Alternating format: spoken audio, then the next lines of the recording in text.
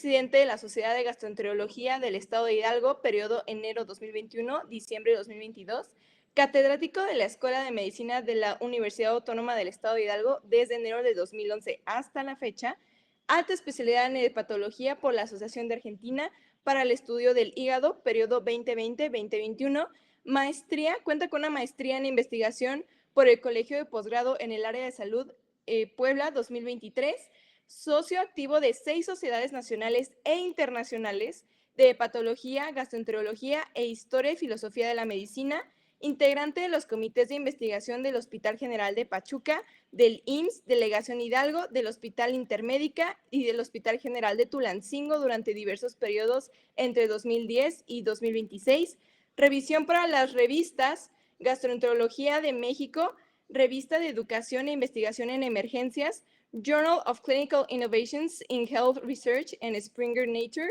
del 2016 a la fecha, editor en jefe de la revista Acta Médica del Colegio Médico Hidalguense del 2022 a la fecha y miembro del comité editorial de la revista Journal of Renal and Hepatic Disorders desde enero del 2026, actual presidente del comité de investigación del Colegio Médico Hidalguense de 2022 a la fecha, y por último, pero no menos importante, primer autor y editor de 8 libros de patología, gastroenterología, gastrooncología, autor y coautor de 65 artículos originales y consensos publicados en revistas indexadas nacionales e internacionales, colaborador con 40 capítulos en diversos libros con ISBN y autor y coordinador de 70 carteles y abstracts de investigación nacionales e internacionales con 420 citas en PubMed y Google Académico hasta la fecha. Se darán cuenta que es un gran ponente. Entonces le cedo la palabra al queridísimo doctor Raúl. Siéntanse bienvenidos y también usted, doctor, siéntase muy bienvenido. Nos complace tenerlo hoy aquí. No, al contrario, muchísimas gracias por la invitación. Cuando lo leen suena muy escandaloso, pero la verdad es que todo lo hemos hecho con mucho cariño y han sido muchos años de trabajo. Déjenme ver cómo compartir mi charla.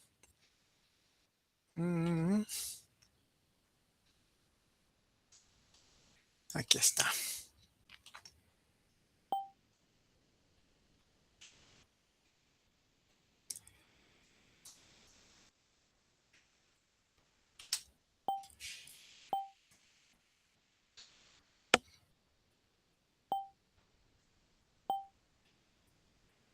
Ok, no sé si ahí ya tienen la charla completa. Si ya la pueden ver. Sí, ya la estamos observando, doctor. Ok, bueno, pues de nuevo muchísimas gracias por la invitación. La verdad es que soy un apasionado de la investigación y de las cosas además que más me gustan en la investigación es involucrar a los alumnos de pregrado. Tenemos 15 años trabajando investigación con alumnos de la Escuela de Medicina y últimamente hemos empezado a integrar ya algunos alumnos de la Universidad Politécnica porque mi meta es que ustedes sepan que no por ser alumnos de pregrado no pueden investigar. Lo cierto es que, al contrario, mientras más pronto inicien, más van a crecer en el mundo de la investigación. Cuando nosotros estábamos en la Escuela de Medicina, hace muchos años, nadie hacía investigación en la escuela. No teníamos acceso a esas oportunidades, no teníamos a nadie a quien nos pudiéramos acercar que supiera de investigación, y en aquellos años cuando intentábamos irnos a hacer un servicio social en investigación, la verdad es que no nos lo permitían porque la escuela no tenía las relaciones o los tratos con los hospitales, y entonces pues nos quedábamos con las ganas, ¿no? Era muy difícil poder acceder a la investigación, mientras que otras universidades, sobre todo las privadas, desde la etapa en la que están ustedes ya empezaban a investigar, entonces ya íbamos con una cierta desventaja. Ahora ya con ustedes ya tienen ese acercamiento, tienen sus comités, tienen las opciones de empezar a buscar investigación y tienen la oportunidad de hacer algunas veces, de acuerdo a las necesidades de la universidad, el servicio social en investigación. Entonces, hoy vamos a hablar de cómo empezar a investigar, por qué hay que iniciar en la investigación, qué es investigación, y cuáles son los primeros pasos que necesitamos tomar para ser investigadores. Si nos vamos a las definiciones del libro y buscamos qué es investigar, bueno, nos va a decir que investigar es realizar las acciones necesarias para descubrir algo, ¿no? O profundizar en el estudio de una disciplina. Son definiciones muy abiertas, muy vagas. Intentar conocer un tema en particular examinando sus detalles. Son en realidad definiciones muy poco concretas. Si nos vamos a lo que dice la Real Academia de la Lengua Española, nos dice que investigar es un proceso metódico, sistematizado, objetivo y ordenado que tiene como finalidad responder ciertas preguntas, teorías, suposiciones, conjeturas, hipótesis que se presentan en un momento dado sobre un tema determinado. ¿Qué quiere decir? A mí se me ocurre algo, tengo una duda sobre algún tema y quiero resolver esa duda. Tengo que investigar al respecto, pero para hacerlo necesito conocer los pasos adecuados para llevar a cabo, para obtener esa respuesta, ¿no? No es lo mismo solamente meterme al chat GPT o a Gemini y buscar un término que hacer investigación, ¿no? Eso, el meterse a una inteligencia artificial o a Google o a cualquier cosa no es investigar, ¿no? Es buscar una respuesta nada más, pero no estamos llevando a cabo ese proceso complejo, metódico, sistemático. Básicamente la investigación empieza con una duda, y eso lo vamos a ver un poquito más adelante, una duda a la que le llamamos pregunta de investigación. Yo estoy estudiando sexto semestre, estoy llevando cardiología, me están hablando en clase sobre insuficiencia cardíaca y me dicen que hay un medicamento muy bueno para la insuficiencia cardíaca que se llama levosimendan y yo nunca lo había escuchado. Entonces me surge esa duda, ¿qué es ese medicamento? ¿Cómo funciona? ¿A qué grupo de medicamentos pertenece? ¿Qué hace en el corazón? Ya ahí me sale la duda, empieza esa pregunta de investigación que me va a impulsar a buscar, a empezar a rascar un poco más sobre ese fármaco y resolver mi cuestionamiento, ¿no? Entonces todo en la investigación empieza con la capacidad de dudar, de cuestionar las cosas que aparentemente ya todo mundo conoce y que no siempre es así. Ahora, existe algo que es la investigación científica. No es lo mismo solamente buscar una duda de una palabra o de cómo funciona un medicamento que ya hacer un protocolo de investigación científica. La investigación científica efectivamente busca resolver una pregunta, pero de manera más compleja, porque es una pregunta más compleja. Para que podamos hacer investigación científica necesitamos aplicar el método científico.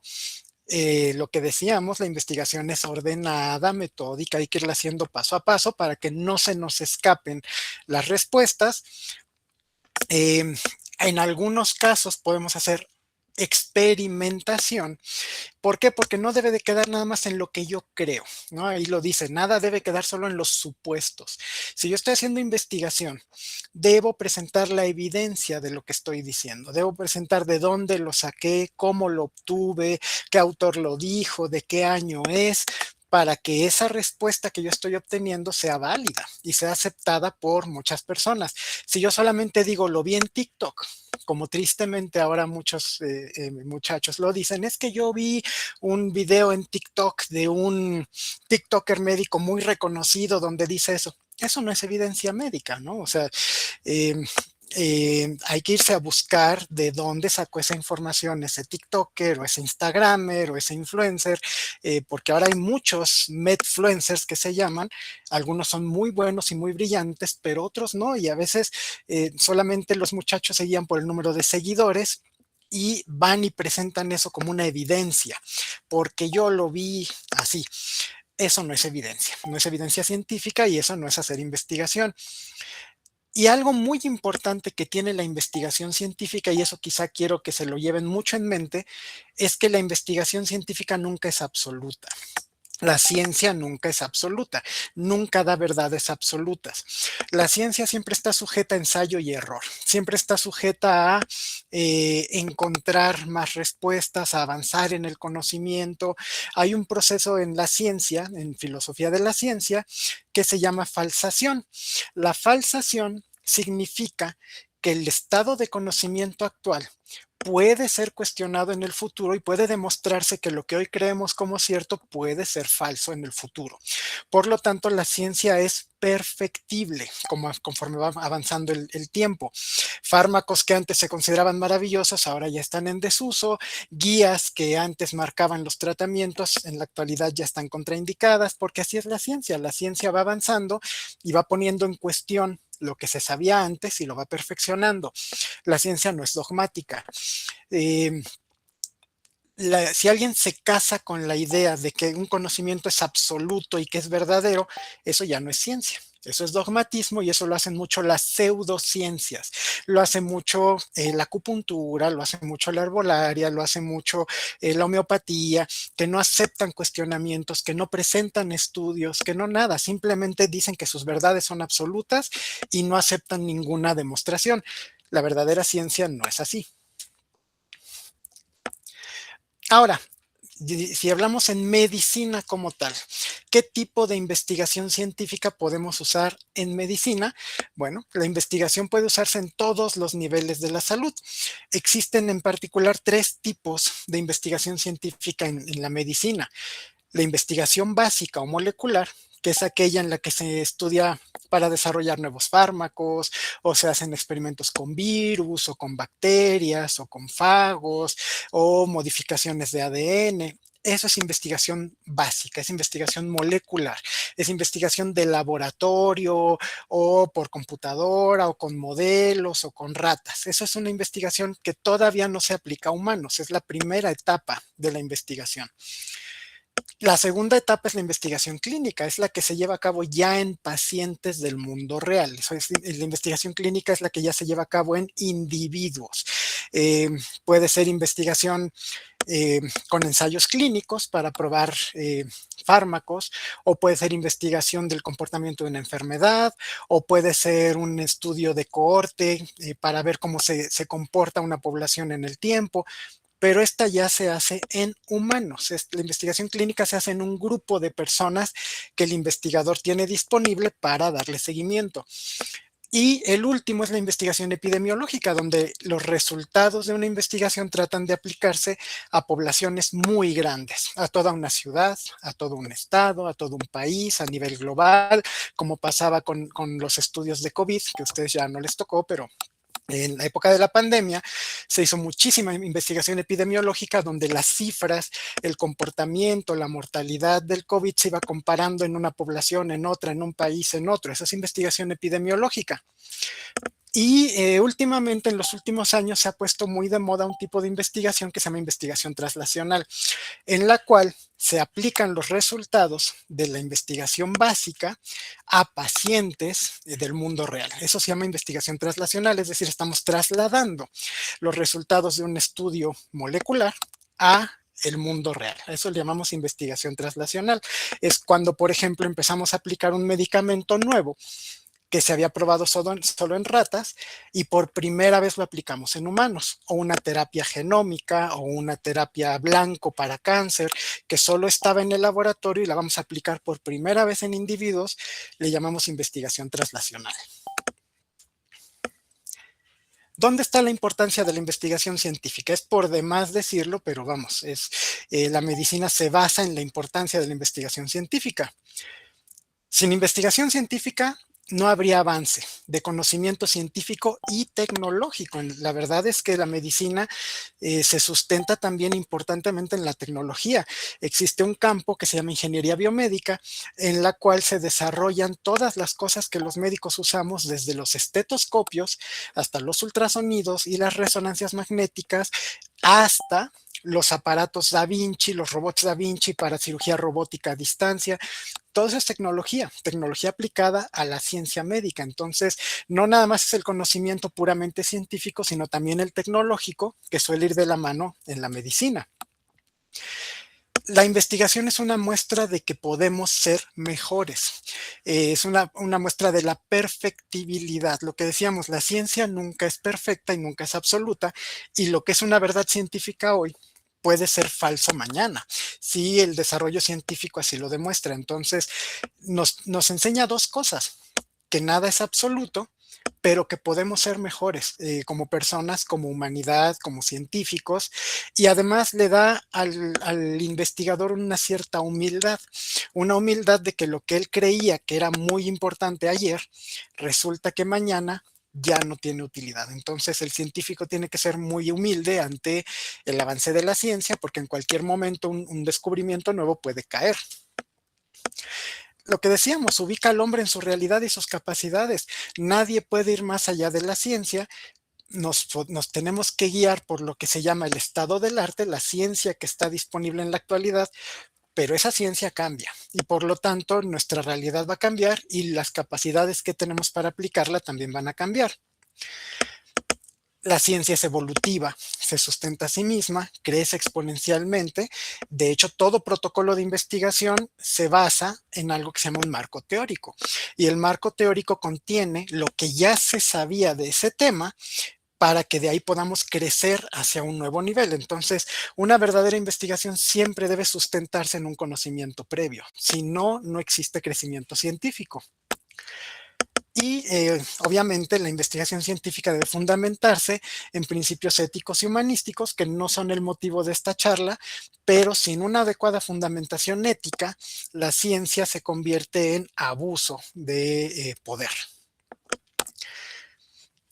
Existen en general dos tipos importantes de investigación, a grandes rasgos. Existe la investigación cualitativa y existe la investigación cuantitativa. La investigación cualitativa es la que se usa mucho en las ciencias sociales principalmente, en las humanidades, en filosofía, en psicología, en sociología, en derecho, en trabajo social. Lo que hace la investigación cualitativa es solamente obtener datos mediante observación, mediante encuestas, mediante cuestionarios, mediante videos, mediante entrevistas, pero son datos de un pequeño grupo de individuos y son altamente subjetivos. La investigación cualitativa solo me puede dar información sobre ese pequeño grupo de individuos y siempre va a ser información muy subjetiva y por lo tanto no es generalizable. Un ejemplo es si yo quisiera ver cuál es la religión más dominante en Pachuca, Hidalgo. Entonces yo aplico una encuesta a una muestra de la población de Pachuca, a 3,000 personas al azar de diferentes colonias, y me encuentro de que el 80% de esas personas son católicas. Eso no lo puedo generalizar a la Ciudad de México, por ejemplo, y decir si en Pachuca el 80% son católicos, entonces en todo México el 80% son católicos. No aplica así. Si yo me fuera a Polanco en la Ciudad de México y aplicara la misma encuesta, probablemente el 90%, 80% serían judíos. Entonces, ese es el punto con la investigación cualitativa. Solo me permite obtener datos de una población muy concreta, pero no son generalizables. Me permite conocer el comportamiento de esa sociedad, en qué creen, qué piensan, pero nunca me va a permitir hacer una ley de comportamiento mayor. Por el contrario, la investigación cuantitativa es la que se usa en las ciencias más exactas. Biología, química, medicina, precisamente, matemáticas, física. Y aquí lo que hacemos no es pedir opiniones subjetivas, sino medir parámetros cuantificables. Aquí sí medimos cosas que podemos cuantificar, les podemos poner un número. ¿Cuántos kilos? ¿Cuántos gramos? ¿Cuántos miligramos? ¿Cuántos litros? ¿Cuántas dosis? ¿Cuántos grados de temperatura? Aquí sí tengo un parámetro que puedo medir y que por lo tanto lo puedo analizar. Todo dato que puedo medir son números y los números los puedo analizar de manera matemática con estadística. Les puedo aplicar medidas estadísticas para generalizar mis resultados. A eso se le llama hacer inferencia.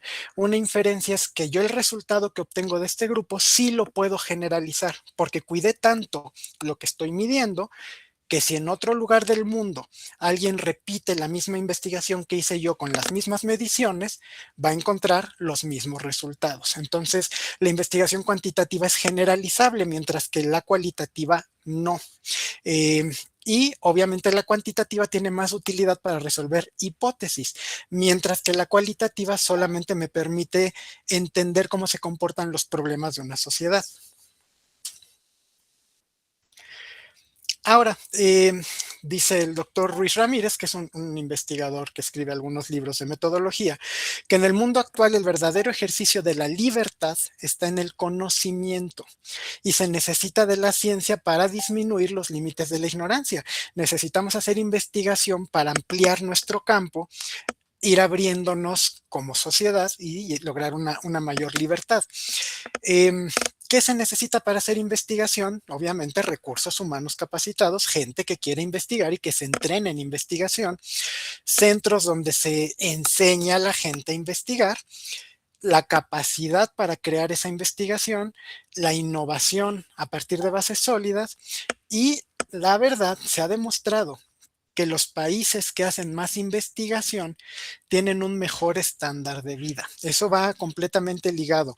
Los países que invierten más en investigación tienen mejores niveles de vida que los países como México, donde la inversión en investigación es prácticamente nula. Entonces, lo que hemos visto en todos estos años es que el progreso va de la mano de la ciencia. Los países que invierten más en investigación científica tienen un mayor progreso económico y social y una mejor calidad de vida. Los países que invierten menos en investigación, por el contrario, tendrán una menor calidad de vida porque sus sociedades tendrán menor conocimiento, tendrán menor acceso a la educación y menor acceso a los logros de la investigación. Un ejemplo muy interesante de la investigación o de lo que puede lograrse con la investigación fue la pandemia. Cuando tuvimos la pandemia de COVID, por ahí de principios de 2020 hasta finales de 2022, que fue la época más cruda de la pandemia, COVID era una enfermedad completamente nueva, desconocida. Era un virus al que el cuerpo humano nunca se había enfrentado, al que la verdad es que el resto del mundo nunca había investigado, ni siquiera sabíamos que existía el virus. Nuestro cuerpo no tenía defensas contra esa enfermedad porque era desconocida y por eso provocó una mortalidad enorme en todo el mundo. Pero una de las ventajas de la investigación científica fue que gracias a los avances que ya se habían hecho en otras áreas, laboratorios como Pfizer pudieron desarrollar una vacuna rápidamente. Las vacunas de RNA recombinante, que son las que se usan para COVID, mucha gente piensa que salieron de la nada y que fueron un invento así como que de casualidad. Tenemos gente conspiranoica que dice que Pfizer liberó el virus porque ya tenía la vacuna y la quería vender. No funciona así. Pfizer y otros laboratorios ya tenían investigación sobre RNA, sobre vacunas de RNA para otras enfermedades, sobre todo para problemas neurológicos. Y lo único que pasó fue que cuando vino la pandemia se les ocurrió intentar esa misma línea de investigación a un virus como COVID, que es un virus RNA. Les funcionó y entonces de ahí salió la vacuna, pero no es que algo haya salido de la nada, ya tenían la base. Entonces, en menos de 2 años ya teníamos vacunas y en menos de 3 años un enorme número de la población mundial ya estaba vacunada y ya para finales de 2023 la pandemia estaba controlada. Eso es algo de lo que se logra con la investigación científica. Si no lo tuviéramos, si no hubieran tenido esas bases de investigación, no sabemos cuántos años más hubiera durado la etapa grave de la pandemia y cuántos miles más hubieran muerto en el mundo. Ahora, ¿en qué se sustenta el método de la investigación? Lo más importante para empezar a investigar, y esto siempre se los digo a los muchachos que han estado conmigo en el grupo de investigación estos 15 años, tener una buena pregunta de investigación. Eso es importantísimo y lo vamos a ver en la última parte de la charla. Si no tengo una buena pregunta de investigación, todo lo demás que haga va a estar mal. Si la manera en la que yo planteo mi duda, si la manera en la que yo planteo mi pregunta, si el tema que yo quiero investigar no es el adecuado, todo el resto de la cadena va a ser inservible. Entonces, la investigación empieza teniendo una buena pregunta de investigación, una duda que sea de interés, que reúna todas los requisitos del famoso FINER, que tampoco es motivo de esta charla, pero es que sea factible, interesante, estudiable, replicable, ¿no? Una vez que tengo mi pregunta ya bien formulada, tengo que empezar a investigar y tengo que ver que mis dudas y mi hipótesis puedan ser contrastadas con la experiencia, es decir, que sea un tema que ya exista en la ciencia y que alguien más ya haya investigado para que yo pueda empezar a contrastar mis dudas. Muchos protocolos de investigación terminan aquí, justamente, porque llegan los muchachos conmigo con una idea de investigación y me dicen, doctor, quiero hacer un protocolo para saber eh, cuántas personas en Pachuca tienen enfermedad por reflujo, ¿no? No les digo nada, nada les digo, ok, ve a buscar cuántas publicaciones existen en México sobre reflujo y vemos, ¿no? Y de ahí nos movemos. Cuando los mando a buscar y se meten a hacer una búsqueda de la información, se dan cuenta de que ya hay muchísimas publicaciones sobre reflujo en México, cientos, miles, que ya hay un montón de estudios que han reportado cuánto reflujo hay en Hidalgo, en Pachuca, en México, en Ciudad de México, en todo el país y desde hace 20 años. Ya no pasó de aquí. Cuando empiezan a contrastar su duda con la experiencia que ya existe en la ciencia, se dan cuenta de que es un tema ya muy investigado, ya no se mueve de ahí. Entonces, por eso es tan importante que tengamos una buena pregunta, porque a la hora de contrastarla con lo que ya existe en la ciencia, puede ser que esa pregunta ya esté muy contestada, ya esté muy vista, y en realidad ya no sea un tema de investigación. Ahora, tenemos que analizar esa duda que tenemos y ver qué consecuencias va a tener, o sea, ¿para qué quiero investigarlo? ¿Cuál es la consecuencia lógica de mi investigación? ¿Solo quiero resolver una duda personal? ¿O quiero conocer más sobre una enfermedad? ¿O quiero aplicar un conocimiento en una sociedad? ¿O quiero aplicar un tratamiento en un grupo de personas? ¿Qué quiero obtener? ¿Cuáles van a ser las consecuencias de mi pregunta? Y obviamente tenemos que someter esas conjeturas a contrastación. Yo desarrollo una hipótesis, una idea de investigación y empiezo a ver qué tan factible es hacer esa investigación, empiezo a contrastarla con el conocimiento que ya existe y ahora sí, nos vamos a hacer un protocolo con un material y métodos bien definido, con una metodología muy bien cuidada que me permita tratar de resolver esa hipótesis, esa conjetura, la voy a contrastar contra una metodología bien cuidada para contestar la pregunta. Una vez que ya tengo la respuesta de mi pregunta, tengo que interpretar mis resultados, porque también hay que saber cuando ya tengo los resultados de mi investigación, cómo los voy a interpretar, cómo los voy a analizar, qué tipo de prueba estadística les voy a poner, qué tipo de gráfico me va a servir mejor. Ahora sí, una vez que hacemos el análisis estadístico, eso me va a permitir saber qué tan cercana a la verdad está mi respuesta, esos resultados, qué tan confiables son, qué tan fidedignos son y si puedo realmente publicarlos. Porque si yo tengo mis resultados y a la hora que hago el análisis me doy cuenta de que tristemente no funcionó y que mis resultados no fueron los que yo esperaba, hasta ahí quedó el protocolo y ya no puede avanzarse más. Y el último paso en una investigación es hasta dónde son válidas mis conclusiones, qué tanto puedo generalizar mis resultados y qué nuevas dudas o qué nuevos problemas se generaron. Todo proyecto de investigación da origen a nuevas preguntas, a nuevas dudas que pueden servir de base a otros proyectos de investigación. Entonces, ¿qué tenemos que tomar en cuenta en la investigación? Todo esto que ven. Para hacer una buena investigación y los muchachos que han estado conmigo en el grupo de investigación lo saben. Cuando hacemos investigación tenemos que pensar qué influencia va a tener en la enfermedad o en la gente que tiene la enfermedad, qué leyes vamos a tener que seguir, sobre todo si vamos a tener que trabajar con un comité de investigación, los principios éticos que regulan esa investigación, el impacto que va a tener esa investigación en una sociedad, qué tan efectiva va a ser la aplicación de mis resultados en ese grupo, si es sustentable mi investigación y si es factible, si se puede llevar a cabo, con quién voy a trabajar, qué teorías voy a manejar, con qué metodología me voy a guiar. Hacer investigación es complejo. Es complejo, pero en realidad se aprende sobre la marcha. La única manera de aprender investigación es investigando. Muchos jóvenes, sobre todo los residentes, ¿no? Los que ya están en la especialidad, nos preguntan esto: ¿por qué hacer investigación, doctor? ¿Por qué dedicarse a la investigación si en realidad nadie paga por investigar? Quita tiempo, hay que estudiar mucho, lo cual ya de entrada me dice que esa persona que pregunta pues debe ser algo floja, ¿no? Pero hay que leer mucho como investigador, hay que estar haciendo correcciones frecuentes a todos los protocolos. Hay quien me dice: doctor, pero si ya todo está dicho en mi especialidad, ya todo está publicado, ¿ya para qué investigo? ¿No?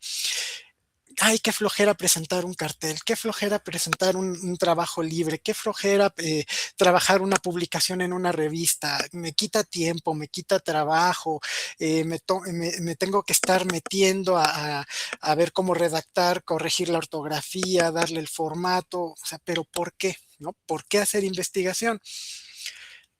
Y la pregunta que decíamos hace rato, lo más difícil de todo, llegan los muchachos con nosotros a decirnos: doctor, ¿qué puedo investigar? ¿Qué vale la pena hacer de investigación? Estas son dudas muy, aparte de muy frecuentes, muy, pues no sé, o sea, son dudas que vale la pena responder porque son ciertas. La verdad es que para quienes nos dedicamos a la investigación, sí nos consume tiempo. No ganamos dinero por hacer investigación, sí tenemos que estar leyendo mucho más que otros médicos de nuestro campo. ¿Por qué? Porque tenemos que estar buscando siempre temas de investigación, tenemos que estar corrigiendo publicaciones, efectivamente, pero lo hacemos por esa pasión de encontrar conocimientos nuevos que nos permitan ayudar a alguien, ayudar a algún paciente, a un grupo de pacientes, presentar algo nuevo en la ciencia que nadie más había visto. Ya dijimos, la investigación empieza en la pregunta correcta. Primero hay que tener curiosidad sobre un tema poco conocido, ¿no? Por ejemplo, una de las dudas que había hace muchos años: ¿las vacunas contra COVID provocan efectos graves? Ya tenemos ahí una pregunta de investigación. Segundo, debo de tener el interés de estudiar este tema, ¿no? Yo puedo tener la duda, pero ya cuando me dicen: ok, vamos a investigarla, tienes que buscar aquí, tienes que meterte a esta base de datos, tienes que meterte a PubMed, ay, no, qué flojera. Entonces ya, ni modo, no tienes la personalidad del investigador. Tenías una duda, estabas curioso, pero no tenías el verdadero interés de la investigación. Entonces, curiosidad e interés no son lo mismo. Todos tenemos curiosidad de mil cosas todo el tiempo, pero no es lo mismo el que tiene curiosidad y dice: bueno, pero pues ya luego veo, ¿no? Al que dice: a ver, no, me voy a ir a la biblioteca, me voy a meter a internet, me voy a preguntar a ChatGPT, quiero saber qué pasó. Eso es interés. Alguien que tiene interés va a buscar de esa pregunta, pues, ¿qué decían los ensayos clínicos iniciales de la vacuna? ¿Cómo funciona la vacuna? ¿Cuáles son los mecanismos de los efectos adversos? ¿Qué efectos se reportaron en otros países? ¿Qué efectos se presentaron de la vacuna de COVID en cirróticos, en diabéticos, en hipertensos? O sea, empiezo a tratar de contestar esa pregunta. Y una vez que empiezo a rascar y que empiezo a ver lo que está publicado, busco un vacío de conocimiento, una pregunta que nadie se había hecho. Resulta que nadie ha publicado cuáles fueron los efectos adversos de la vacuna de COVID en México.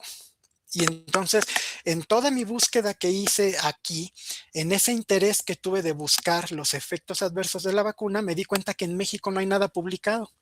Ahí ya tengo un tema de investigación, ya tengo una pregunta, algo que nadie ha contestado. Nosotros nos tocó hacer algo muy similar, justo a mediados de 2021.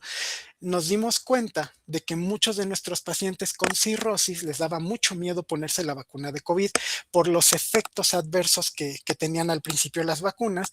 Y entonces había una creencia que decía que el paciente con cirrosis, al tener el hígado lastimado y al tener sus defensas más bajas, iba a tener peores efectos adversos de las vacunas de COVID. Entonces nos pusimos a buscar con una chica que en aquellos tiempos trabajaba conmigo, con Miriam, que ahorita está ya en el tercer año de la especialidad de rayos X, y nos dimos a la tarea de buscar todos esos efectos en pacientes con cirrosis y vimos que no había un estudio en ningún lugar del mundo, no nada más en México, no había un estudio en ningún lugar del mundo que dijera cómo le estaba yendo a los pacientes con cirrosis con la vacuna de COVID y qué efectos estaban teniendo. Entonces nos dimos cuenta que había un vacío de conocimiento grande, muy grande, no nada más en México, en todo el mundo.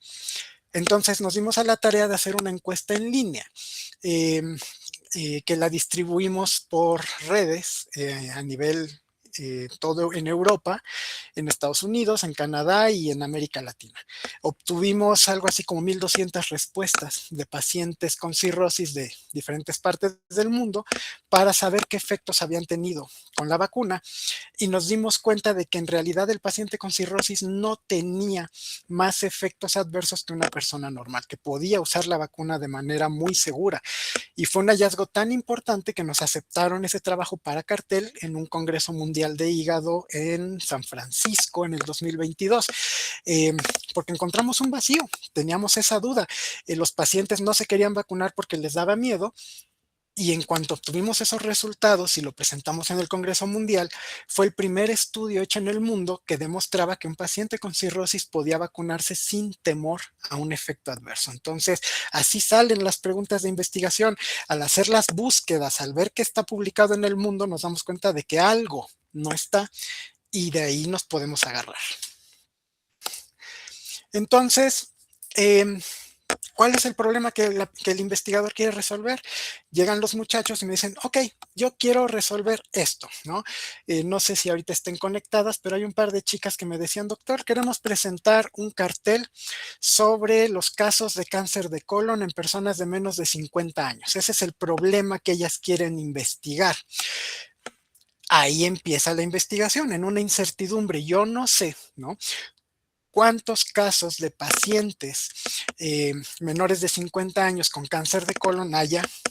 Ahorita estamos ahí, ¿no? No me han dicho si en México, no me han dicho si en Hidalgo, no sabemos, estamos ahí.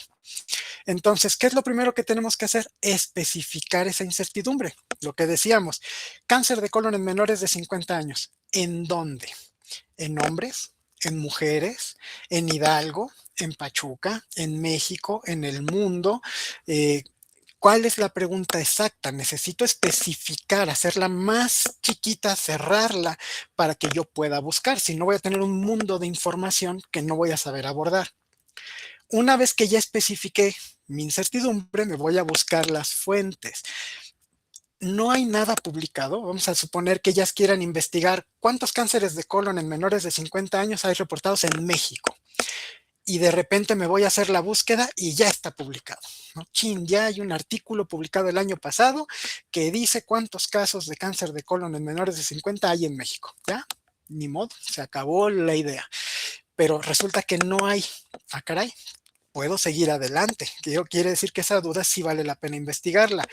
Y lo siguiente, vamos a convertir esa duda en una pregunta de investigación exacta, precisa, que se pueda responder con una metodología. Por ejemplo, ¿cuántos pacientes han presentado cáncer de colon en menores de 50 años de ambos sexos en Hidalgo de 2000 a 2025?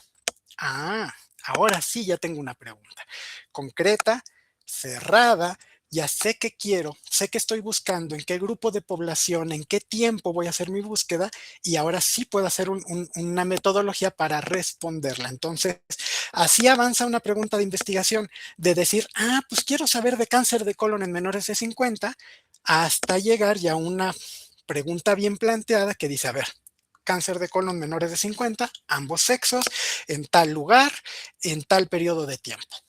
Cambió, ¿no? De una duda a una pregunta de investigación. ¿Cómo obtenemos ideas para investigar? Lo primero es estudiar y estudiar mucho. Hay que ponernos a leer del tema en la bibliografía especializada del campo que me interesa para que de ahí yo pueda encontrar ideas. Por eso los investigadores tenemos que leer y leer mucho. Yo terminé mi especialidad hace 20 años y yo sigo leyendo por lo menos 1 hora diaria. Leo por lo menos de 1 a 2 artículos diarios de mi campo. ¿Por qué? Porque tengo que seguir buscando ideas de investigación y los investigadores tenemos que estar muy, muy actualizados. De repente sale un nuevo tratamiento, o sale una nueva escala, o sale una nueva tecnología. Ese es un campo de investigación, que salió una nueva escala de cáncer de colon y en México no se ha usado, vamos a aplicarla. Salió una nueva escala para medir fibrosis en el hígado y nadie la ha usado en Hidalgo, vamos a aplicarla. Salió un nuevo aparato que permite medir la glucosa en sangre nada más poniendo un parche en la piel. ¿Qué tan exacto es? Vamos a investigarlo. A veces las nuevas cosas nos dan oportunidad de hacer investigación. El escepticismo y la observación nos permiten hacer investigación. Tengo muchachos que son muy brillantes, de los que han estado en el grupo de investigación, que ven cómo se comportan los pacientes y dicen, oiga, doctor, pues yo veo, ¿no? Los artículos dicen que este medicamento debe de quitarle el líquido a los pacientes con cirrosis más rápido, pero lo que yo estoy viendo con los pacientes no es así. Como que ya me entró la duda, como que por qué no está funcionando como dice el libro. Lo que yo estoy viendo todos los días en mi práctica no es así. Y a veces de ahí sale una nueva idea de investigación donde nos damos cuenta de que en un cierto grupo de pacientes el medicamento no funciona como dice el libro.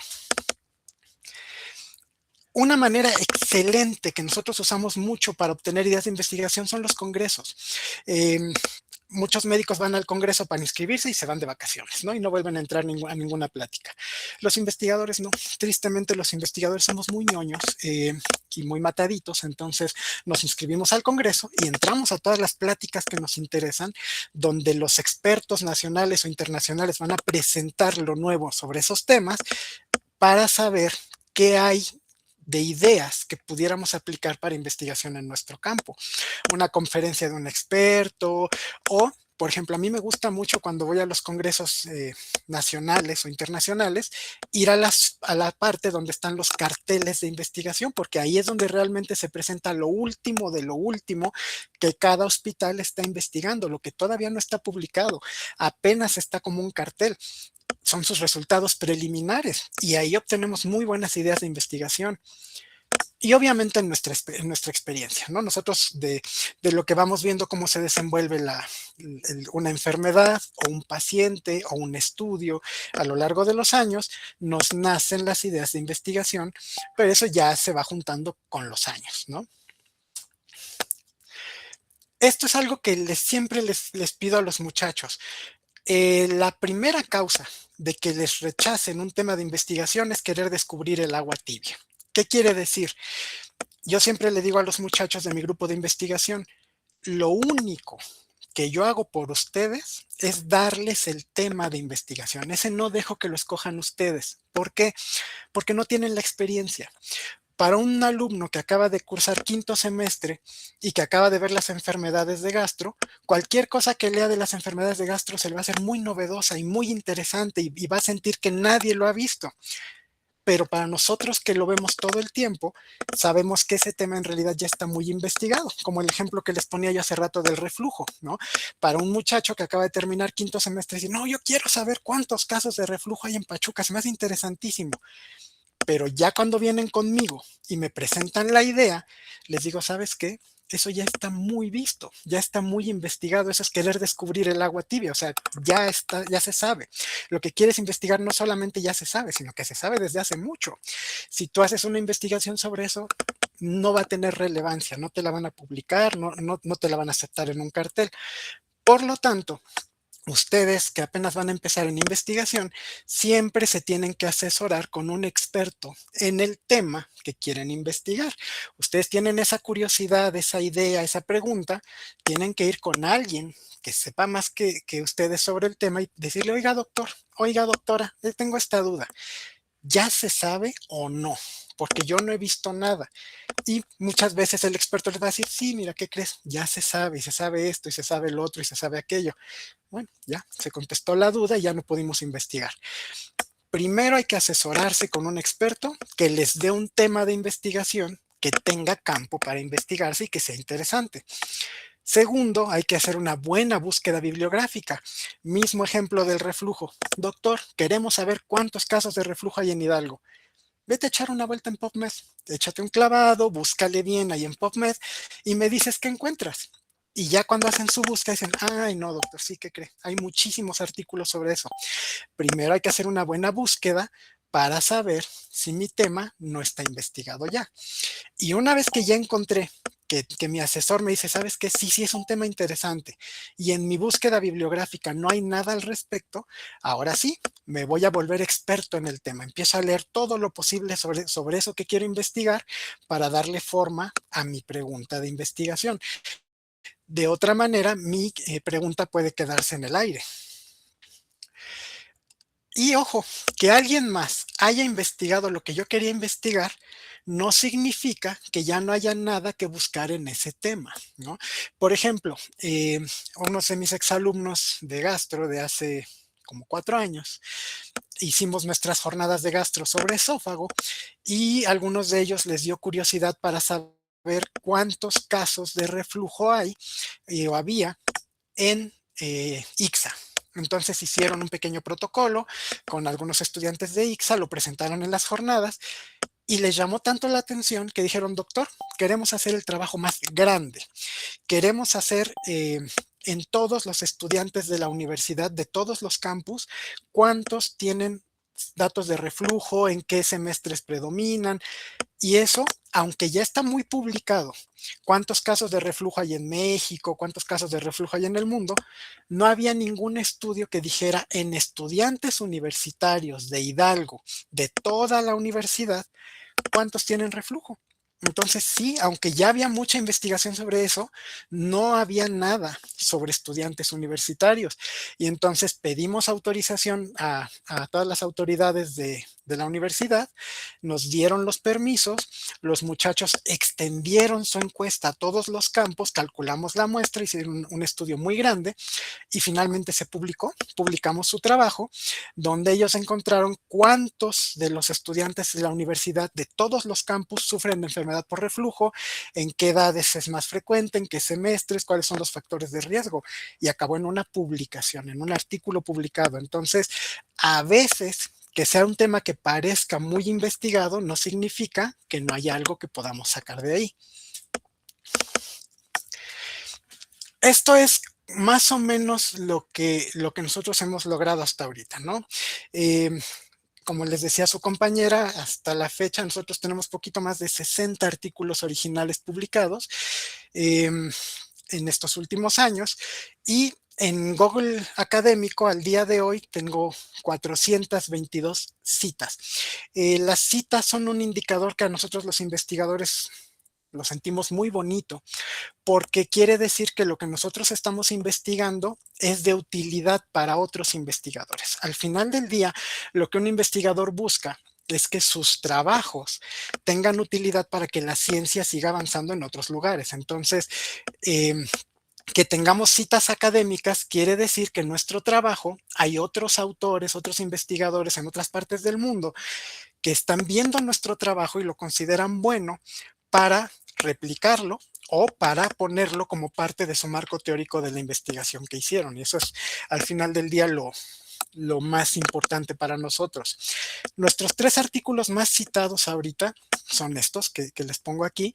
El primero es uno que publicamos en el World Journal of Gastroenterology en el 2021, precisamente sobre cómo afecta el virus del COVID a la función hepática. Este lo escribimos ya hace unos años con el doctor Moisés Aurón, que es un buen amigo de la Cleveland Clinic.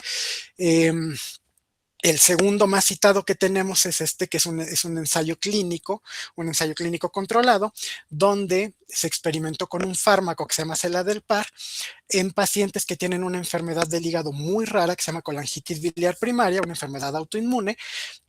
Nosotros participamos con un grupo de investigadores a nivel mundial y se publicó en la revista de la Asociación Americana para el Estudio del Hígado, y es nuestro segundo artículo más citado. Y curiosamente, nuestro tercer artículo más citado está publicado en una revista mexicana, en una revista de gastroenterología de México, y lo escribimos con una de sus excompañeras, con Ana Elena Escorcia. Ella estaba en mi grupo de investigación hace algunos años. Ahorita Elena ya va a empezar el tercer año de gastroenterología en el centro médico, pero ya todavía era estudiante de sexto semestre cuando empezamos a escribir este artículo de revisión. Lo publicamos cuando ella terminó octavo, si no mal recuerdo, o empezaba noveno, y nos lo aceptaron rápido en la revista de gastroenterología de México, y es nuestro tercer artículo más citado. Ahí nos dimos cuenta, fue uno de esos vacíos de la investigación, donde vimos que no existía en ninguna revista del mundo un artículo que estuviera buscando que pusiera cuántas resistencias antimicrobianos hubiera en las enfermedades digestivas. No había ninguno. Entonces nos dimos a la tarea de escribirlo y, oh sorpresa, es nuestro tercer artículo más citado, y lo escribió un estudiante de sexto, séptimo semestre de la universidad. Entonces, insisto, claro que se puede. Entonces, ¿cuál es la idea que quiero que se lleven? Todos podemos investigar, nada más hay que asesorarnos bien. Hay que acercarnos a quien sepa de investigación, hay que tratar de tomar algún pequeño curso de investigación, o hay que pegarnos a un grupo de investigación donde nos vayan guiando y nos vayan dando las claves para investigar. Y esto es algo muy importante que se tienen que llevar en mente. El método científico no es una receta, es mejorable, la ciencia es corregible, nunca está terminada. La ciencia no puede ser dogmática. En la ciencia no existe el así es y así tiene que ser y esto nunca va a cambiar y es porque lo digo yo. No funciona así. Todo cambia. En el año 2006, cuando yo estaba en el segundo... No, 2006, no, 2007, cuando yo estaba en el segundo año de mi especialidad de medicina interna, tercer año de medicina interna, eh, estaba muy de moda un medicamento a nivel global, a nivel mundial, un medicamento que se llamaba Sigris y que prometía mejorar la sobrevida, es decir, que vivían más los pacientes que tenían sepsis y choque séptico en terapia intensiva. Entonces, Sigris, los ensayos iniciales parecía una maravilla, parecía una panacea que mejoraba muchísimo el pronóstico de estos pacientes de una manera impresionante. Tan buenos fueron los resultados iniciales que prácticamente de inmediato entró como recomendación a las guías mundiales de sepsis. Y ¿cuál fue la sorpresa? Que 3, 4 años después, cuando ya el fármaco se empezó a usar en el mundo real, es decir, en todo el mundo, ya no nada más en los estudios de investigación, sino en todo el mundo, aumentaba la mortalidad. En lugar de mejorarla, la aumentaba las crisis de hemorragia, sobre todo hemorragia digestiva. Los pacientes sangraban y sangraban muchísimo y se morían más del sangrado que de la sepsis. Entonces, apenas 3 años después, el medicamento que prometía ser la salvación para los pacientes con choque séptico salió del mercado porque aumentaba la mortalidad. Entonces, cuidado, la ciencia no es dogmática y todo puede equivocarse. Incluso el estudio que parezca más maravilloso, cuando ya se traslada al mundo real, puede caerse. Entonces, ese es el papel del investigador, estar buscando siempre la manera de corregir esos errores y de abrir esas ventanas de oportunidad donde pueda hacer mejor investigación.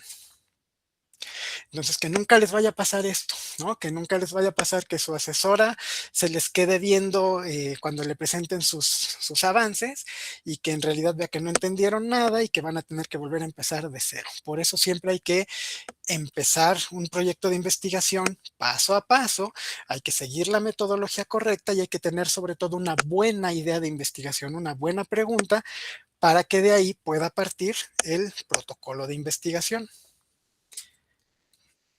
Y pues muchísimas gracias. Déjenme ver cómo dejo de compartir esta cosa.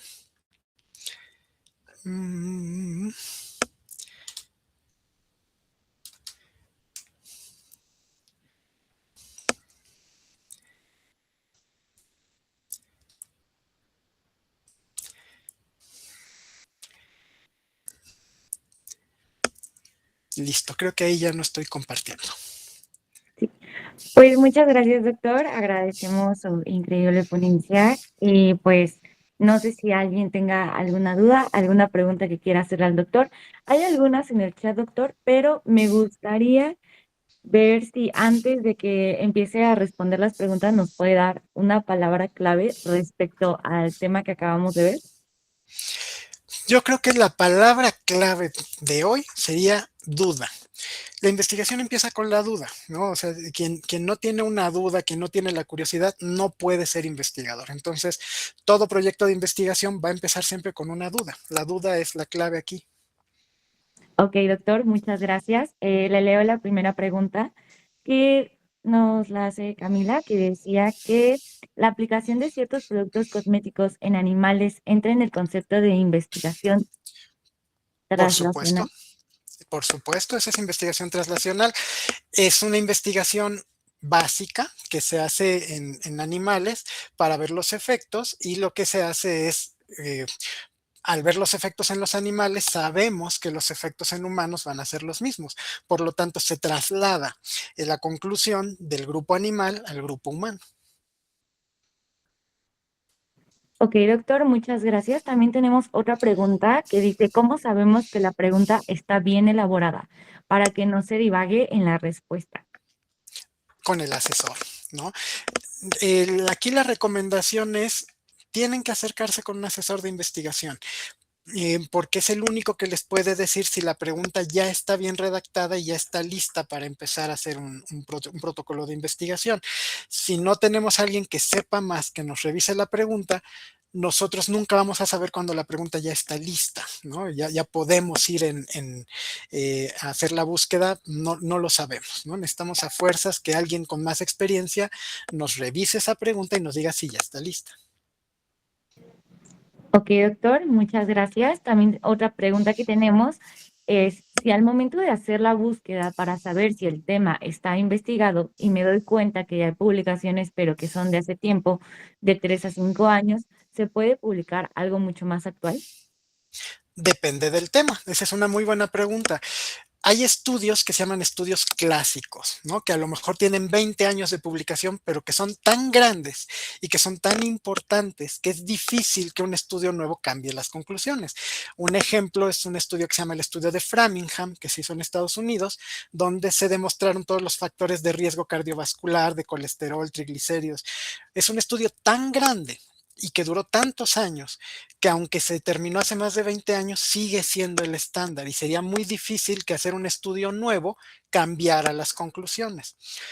Pero, por ejemplo, si vemos algo que nosotros hicimos hace poco tiempo con el Hospital General de México, antes había un tratamiento para hepatitis C que tenía un cierto porcentaje de respuesta y después, hace unos años, salen los nuevos tratamientos que tienen otro porcentaje de respuesta. Entonces, la publicación vieja ya no sirve. Ya no, los datos que tenía esa publicación ya no son los actuales. Repetimos los estudios con con los nuevos fármacos para ver las nuevas respuestas a tratamiento. Entonces, ahí sí depende mucho de qué tema tratemos, ¿no? Y de qué estudio estemos hablando. Ok, doctor, muchas gracias. También tenemos otra pregunta que es si bueno, dice también si por ejemplo ya está publicado en varios lugares, pero no está en Tabasco, quiero pensar que a lo mejor esa persona es de allá, ¿cuenta como tema válido? Mm, a lo mejor para un cartel, ¿no? Que quieran presentar en su escuela, a lo mejor sí, pero, por ejemplo, lo que decíamos, un ejemplo del reflujo, yo quiero ver cuántos pacientes tienen reflujo en Tabasco, pero ya existen estudios más grandes que demuestran cuánto reflujo hay en todo México y esos estudios ya involucran a Tabasco. Entonces, lo mismo, depende del tema, depende del estudio, pero si esos datos ya existen en un lugar más grande o en un estudio mayor, ya no serían publicables. Podría yo investigarlos por curiosidad mía, nada más, por una duda, por presentar un cartel de mi escuela o de mi estado, pero ya pensarlo como una publicación o como un estudio más grande ya sería muy difícil. Ok, doctor, muchas gracias. También tenemos otra pregunta que es, ¿qué grupo de investigación dentro del ITSA nos recomendaría para acercarnos y empezar a involucrarnos en el mundo de la investigación? ¿O por dónde Ok. recomendaría para empezar? Ok, nosotros, la verdad, hay pocos grupos de investigación en ICSA. Hay un par de colegas que hacen investigación, sobre todo investigación básica, en botánica, en otras cosas, que aceptan algunos muchachos. Grupo de investigación como tal en la universidad, en el área de ICSA, creo que el único formal es el nuestro grupo de investigación que ya tenemos desde hace casi 15 años. En el que aceptamos alumnos que ya hayan cursado de quinto semestre para arriba, para que puedan hacer investigación en gastroenterología, y nosotros abrimos la convocatoria cada 6 meses. De hecho, ahorita justo acabamos de aceptar a los nuevos muchachos de este semestre, y ahorita vamos a abrir la convocatoria hasta dentro de 6 meses, pero grupos formales en ICSA creo que solamente tenemos el de nosotros. Los demás son algunos investigadores básicos, sobre todo, que sí aceptan algunos muchachos, pero como tal grupo no lo tenemos. Ok, doctor, muchas gracias. También hay otra pregunta que dice, Doc, ¿cómo puedo saber si el tema al cual quiero investigar es de relevancia o si tendrá un buen impacto? Con el experto, lo que decíamos. Hay que acercarnos con el experto. Si quiero saber si mi pregunta de investigación de dermatología es interesante, tengo que preguntarle a la dermatóloga. Si quiero saber si mi tema de oncología es interesante, tengo que preguntarle al cirujano oncólogo, a la gente que está involucrada todo el tiempo, porque insisto, ustedes como estudiantes, todo lo que leen es nuevo. Y todo es emocionante y todo es interesante y todo les da ideas como para hacer investigación, pero ya en el mundo real, muchos de esos temas ya están investigados. Entonces, la mejor manera es preguntarle al experto, oiga, doctora, esto de derma ya está investigado, y de ahí nos damos una idea.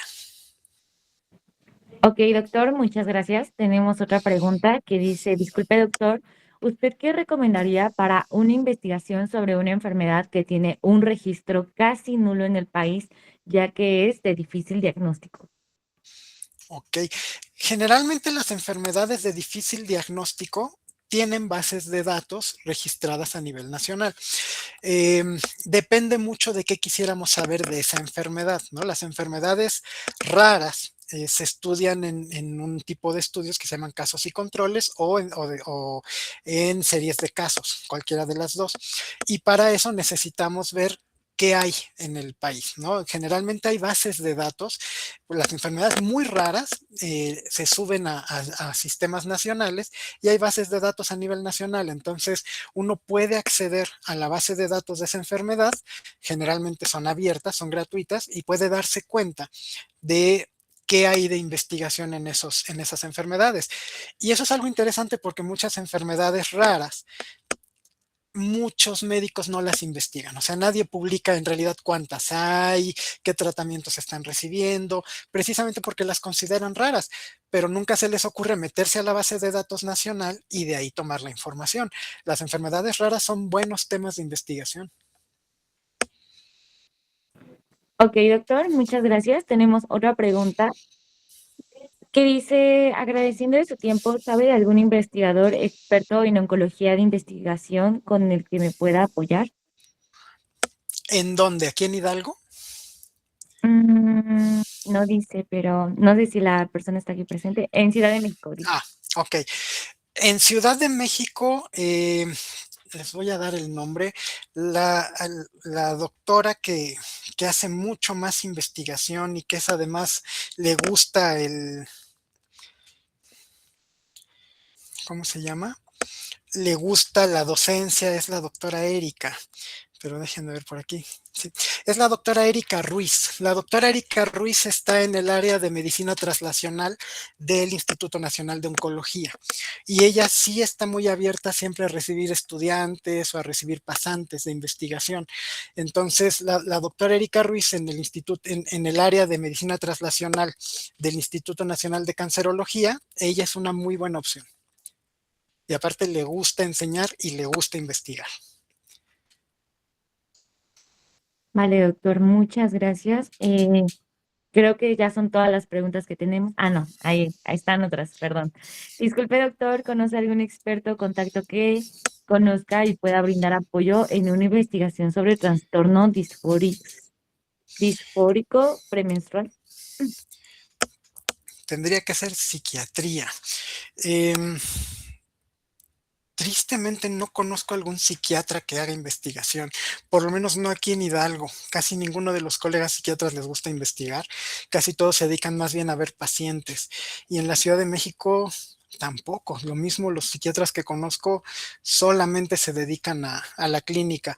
Ahí la recomendación que les haría sería que pusieran en Google o en ChatGPT qué psiquiatras que se dediquen a la investigación en Hidalgo o en México puede encontrarles el buscador, porque no tengo a nadie en mente.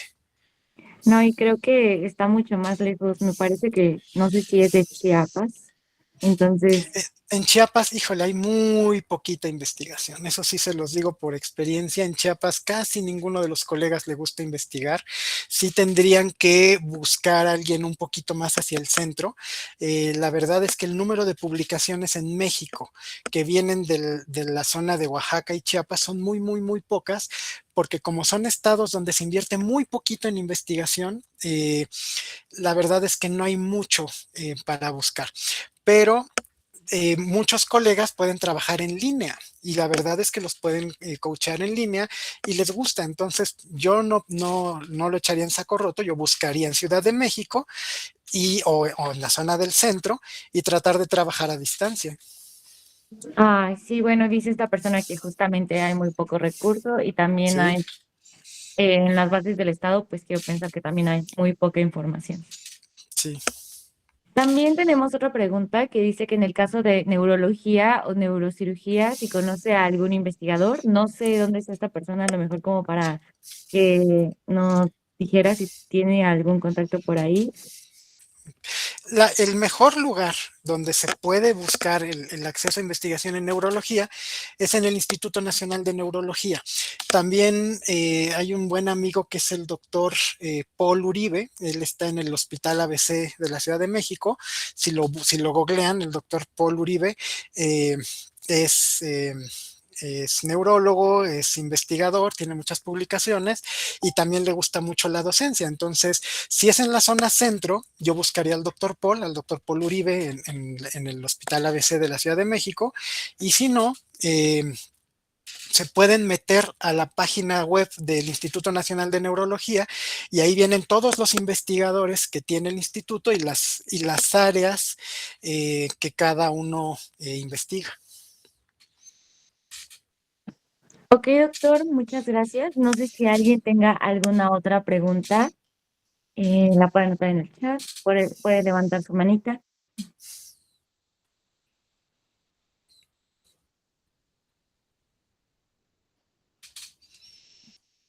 Creo que ya no. Pues creo que ya no, doctor. Bueno, le dijeron que muchas gracias. Dice que su contacto, ¿cuál sería? ¿Del doctor Omaña? Es que alguien preguntó, pero no sé si quiere su contacto de usted o... A ver, Del doctor Omaña. déjenme volverles a compartir porque sí, mi última diapositiva era la de mis redes, por si las quieren capturar. No sé si ahí ya se vea la página con las redes. Sí, ya se ve, doctor. Ok, sí, justo ahí tenemos las redes de TikTok, de Instagram, de YouTube, que es donde subimos más videos sobre enfermedades del hígado y en X, ¿no? Entonces, con cualquiera de esas, pues nos pueden seguir. Ok, doctor, pues creo que ya no hay ninguna otra duda. Le vamos a proyectar su constancia.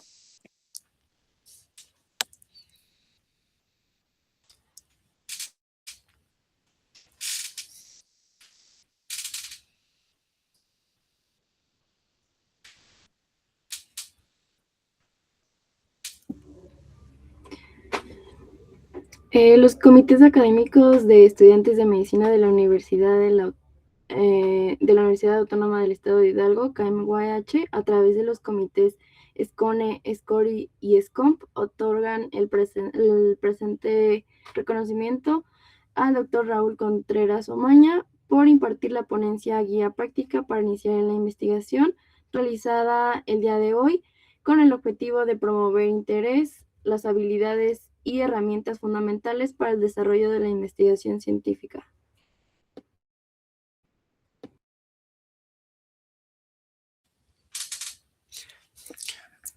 Ok, muchísimas gracias, muchachos, y pues muchas gracias por Muchas la gracias. invitación. Esperemos que la charla les haya sido de mucha utilidad. Sí, doctor, muchas gracias por su participación. Igual pues le vamos a hacer llegar su constancia para que pues la tenga. Y pues también, como ya mencionaron, igual agradecemos profundamente su participación y el compartir con nosotros su experiencia, conocimiento y toda su visión. Muchas gracias por Muchísimas esta gracias. ponencia. Y quisiéramos saber si nos puede dar otra palabra clave igual relacionada a la ponencia del día de hoy. Ok, bueno, si la primera fuera duda, yo creo que la segunda sería metodología, ¿no? Porque la verdadera investigación debe seguir un proceso metodológico, debe seguir un orden de pasos.